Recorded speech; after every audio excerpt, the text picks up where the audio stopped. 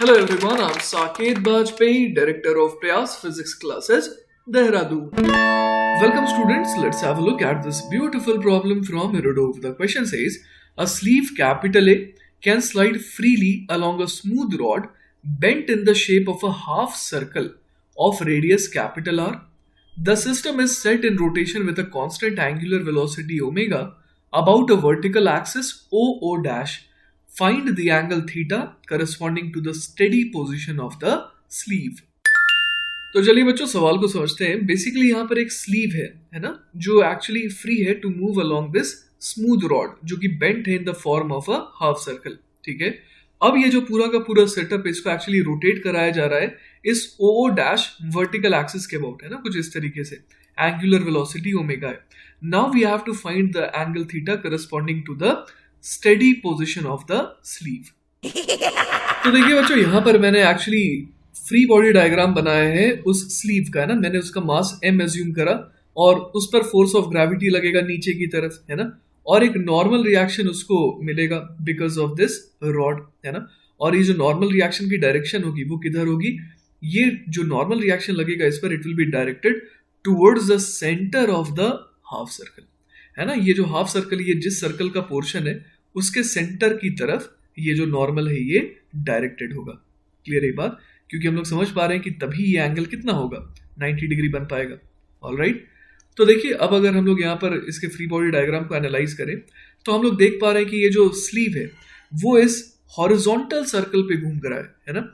चूंकि ये जो पूरा का पूरा है ना बेंट रॉड है, ये गोल गोल घूम रहा है इस तरीके से, है ना, ओ डैश के अबाउट ये ओमेगा से घूम रहा है. तो हम लोग समझ पा रहे हैं कि ये जो स्लीव ए है ये भी अपने स्टेडी पोजीशन के हिसाब से क्या कर रहा है, ये भी एक हॉरिजॉन्टल सर्कल पे लगातार घूम रहा है.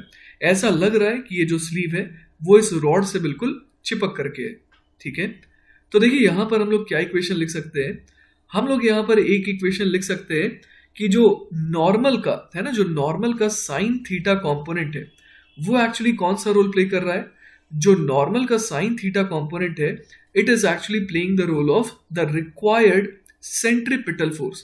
तो इसको हम लोग बराबर कर देंगे m ओमेगा स्क्वायर r के, स्मॉल r के, है ना.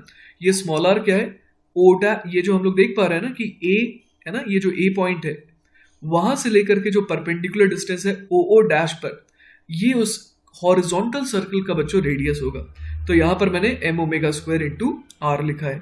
ठीक है, अब ये स्मॉल r बराबर क्या हो जाएगा? तो बड़े आराम से वो भी हम लोग देख पा रहे हैं कि ये small r will be equal to capital R sine of theta.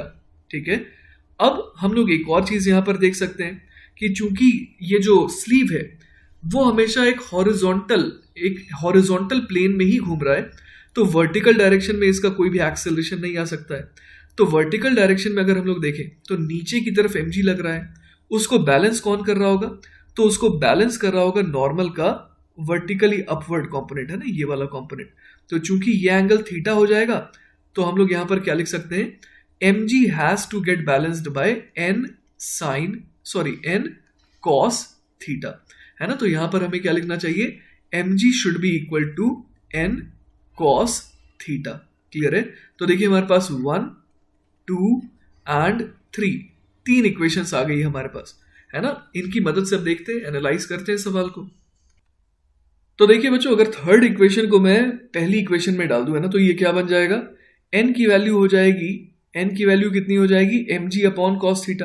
तो n की जगह मैं क्या लिख सकता हूं? mg upon cos of theta. ठीक है, multiplied by sine of theta is equal to क्या आ जाएगा? m omega square, small r की वैल्यू रख देंगे capital R sine theta. Clear है ये बात? तो यहां से हमारे पास देखते हैं क्या आ जाएगा. m से m तो कैंसिल आउट हो जाएगा. ठीक है, तो यहां पर साइन थीटा भी देखिए कैंसिल आउट हो जा रहा है. तो यहां से हमारे पास देखिए क्या आ जा रहा है? कॉस ऑफ थीटा, है ना. कॉस ऑफ थीटा की वैल्यू कितनी आ जा रही है? g divided by omega square r के बराबर. तो चलिए बच्चों, अब इस सवाल के सॉल्यूशन के सबसे इंपॉर्टेंट पोर्शन पे आ जाते हैं. Let us analyse this solution. ठीक है, तो हम लोग यहाँ पर एनालाइज ऐसे कर सकते हैं कि जब ओमेगा टेंडिंग टू इन्फिनिटी हो जाए ना, जब बहुत ज्यादा एंगुलर स्पीड हो जाएगी, तो उस समय हम लोग समझ पा रहे हैं कि जो डिनोमिनेटर है वो इन्फिनिटी को टेंड करेगा, तो पूरा का पूरा जो टर्म है वो जीरो को टेंड करेगा, और उस समय जो है थीटा जो है वो ऑलमोस्ट कितना हो जाएगा, theta will tend to pi by 2, है ना। ये काफी ऑब्वियस सा लग रहा है, इसमें कोई भी दिक्कत वाली बात नहीं है। तो फॉर हाई एंगुलर स्पीड हम लोग यहाँ पर देख पा रहे हैं कि ये जो रिजल्ट है ये बिल्कुल जस्टिफाइड लग रहा है। लेकिन बच्चों अगर हम लोग ओमेगा टेंडिंग टू जीरो की बात करें ना, जब ओमेगा जो है वो टेंडिंग टू जीरो हो जाएगा, बहुत ही कम ओमेगा होगा, तब हम लोग समझ पा रहे हैं कि जो डिनोमिनेटर है वो बहुत छोटा हो जाएगा। तो ओवरऑल जो टर्म है वो कैसा हो जाएगा, वो बहुत ही बड़ा हो जाएगा, टेंडिंग टू इन्फिनिटी। तो यहां से क्या आ रहा है कि कॉस थीटा जो है it is actually tending to infinity. लेकिन ये जो हमने अभी अभी रिजल्ट निकाला ये तो पॉसिबल नहीं लग रहा है ना। ये वाला रिजल्ट तो फिजिबल नहीं है। ऊपर वाला सही था लेकिन नीचे वाला तो सही नहीं लग रहा है। इसका मतलब कहीं ना कहीं तो गड़बड़ हुई है। तो आइए ढूंढते हैं कि वो गड़बड़ आखिर हुई कहां पर है।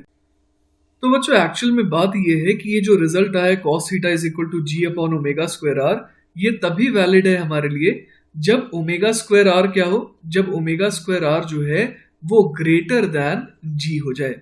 ठीक है, क्योंकि हम लोग देख पा रहे हैं कि cos थीटा जो है वो क्या होता है, 1 से बड़ा तो नहीं हो सकता है।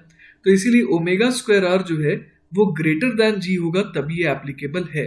ठीक है, तो अब हम लोग सोचते हैं कि क्या होगा जब, है ना, if omega square r is actually equal to जी।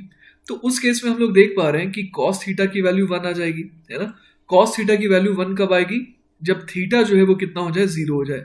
मतलब ये जो स्लीव है बिल्कुल कहां पर आ जाएगा, बॉटम मोस्ट पॉइंट पर आ जाएगा। क्लियर है।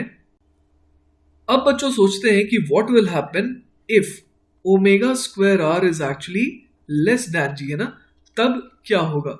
ठीक है, तो देखिए बच्चों एक सॉल्यूशन जो हम लोगों ने ओवरलुक कर दिया था वो क्या था, वो ये था थीटा इक्वल टू 0, है ना। अगर थीटा की वैल्यू क्या हो जाए, 0 हो जाए, तो हम लोग देख पा रहे हैं कि आर की वैल्यू जो है ना, आर की वैल्यू क्या हो जाए, 0 हो जाएगी, है ना। अगर थीटा की वैल्यू 0 हो जाएगी तो स्मॉल आर की वैल्यू क्या हो जाएगी, 0 हो जाएगी।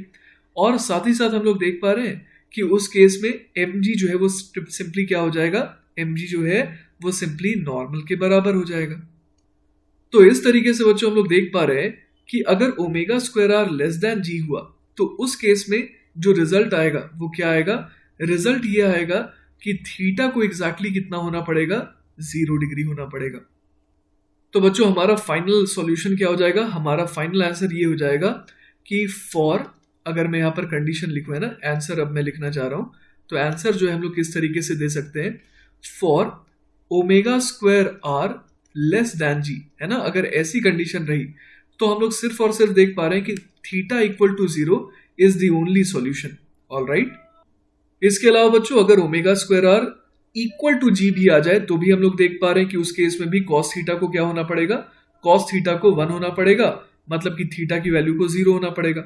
मतलब for omega square are less than equal to G, theta की वैल्यू क्या आएगी, स्ट्रिक्टली 0 आएगी। ठीक है, अब बात करते हैं फॉर ओमेगा स्क्वायर आर जब ये क्या हो, जब ये ग्रेटर देन जी हो जाए। ठीक है, तो बच्चों इस केस में एक्चुअली दो सॉल्यूशंस हो जाएंगे। पहला सॉल्यूशन हो जाएगा थीटा इक्वल टू 0, है ना, ये तो हमेशा ही वैलिड है ना। इस केस में हम लोग समझ पा रहे हैं कि ये जो हमारा स्लीव था, है ना, ये कहां पर रहेगा, बिल्कुल इस लोकेशन पर रहेगा और ये ओ डैश एक्सिस के अबाउट स्पिन करेगा। ठीक है, इसका मोशन कैसा होगा, सिर्फ ये स्पिन करता रहेगा। ऑलराइट, इसके अलावा बच्चों जो सेकंड आंसर हो जाएगा, है ना, वो क्या हो जाएगा, हम लोगों ने जो निकाला था कि cos थीटा बराबर जी अपॉन ओमेगा स्क्वायर आर, है ना। तो थीटा बराबर हम लोग क्या लिख देंगे, cos इनवर्स जी अपॉन ओमेगा स्क्वायर आर के बराबर। अब बच्चों अगर ये omega square r greater than g वाला केस देखें तो ये जो थीटा इक्वल टू 0 वाला केस है, एक्चुअली ये जो है अनस्टेडी केस है। अनस्टेडी केस इसलिए है क्योंकि अगर आप इसको थोड़ा भी डिस्टर्ब करेंगे ना, इस पोजीशन से अगर थोड़ा भी डिस्टर्ब करेंगे तो क्या होगा कि आप अगर रोटेटिंग फ्रेम से बात करें तो उस पर सेंट्रीफ्यूगल फोर्स आप फील कर सकते हैं ना, जो कि बाहर की तरफ लगेगा, है ना। और उसकी वजह से क्या होगा कि ये बाहर की तरफ जाना चाहेगा, है ना। और बाहर की तरफ जब जाना चाहेगा तो हम लोग समझ पा रहे हैं कि ये जो केस है ना, ये कैसा है, अनस्टेडी। और इस केस में ये जो दूसरी वाली सिचुएशन है ये कैसी हो जाएगी, स्टेडी हो जाएगी, है ना, मतलब स्टेबल इक्विलिब्रियम। तो पहला case theta equal to 0 that is going to correspond to unstable equilibrium, और जो दूसरा केस है वो करस्पॉन्ड करेगा स्टेबल इक्विलिब्रियम के लिए। ठीक है, तो बच्चों हमारा फाइनल कंक्लूजन क्या रहा कि अगर omega square are less than equal to g है ना, तो उस केस में तो सिर्फ थीटा इक्वल टू 0 यही इक्विलिब्रियम की कंडीशन होगी, और ये कैसा कंडीशन होगा, ये स्टेडी इक्विलिब्रियम होगा ना, स्टेबल इक्विलिब्रियम। लेकिन जब omega square r greater than g हो जाएगा तब दो इक्विलिब्रियम की कंडीशंस आ रही है, लेकिन उनमें से जो है एक क्या हो जाएगा, अनस्टेडी हो जाएगा, जो कि थीटा इक्वल टू 0 वाला केस है ना। थीटा इक्वल टू 0 पर इक्विलिब्रियम तो रहेगा पर वो अनस्टेडी रहेगा, मतलब उसे थोड़ा भी आप डिस्टर्ब करेंगे तो वो आउटवर्ड फ्लाई करना चाहेगा, है कि नहीं। और जो दूसरा वाला केस है theta equal to cos inverse ji upon omega square R, वो तो स्टेबल इक्विलिब्रियम वाले केस हो गया ना। अगर आप हल्का सा उसको डिस्टर्ब भी करेंगे वहां से तो वो ऑसिलेट करेगा, है ना, वो उस इक्विलिब्रियम पोजीशन से भागेगा नहीं दूर। क्लियर है ये बात। तो बच्चों आई होप कि आपको ये सॉल्यूशन अच्छे से समझ में आया होगा। इन केस अगर कोई डाउट रह जाता है then feel free to contact me, I will be very happy to help you. Take care बच्चों, बाय बाय।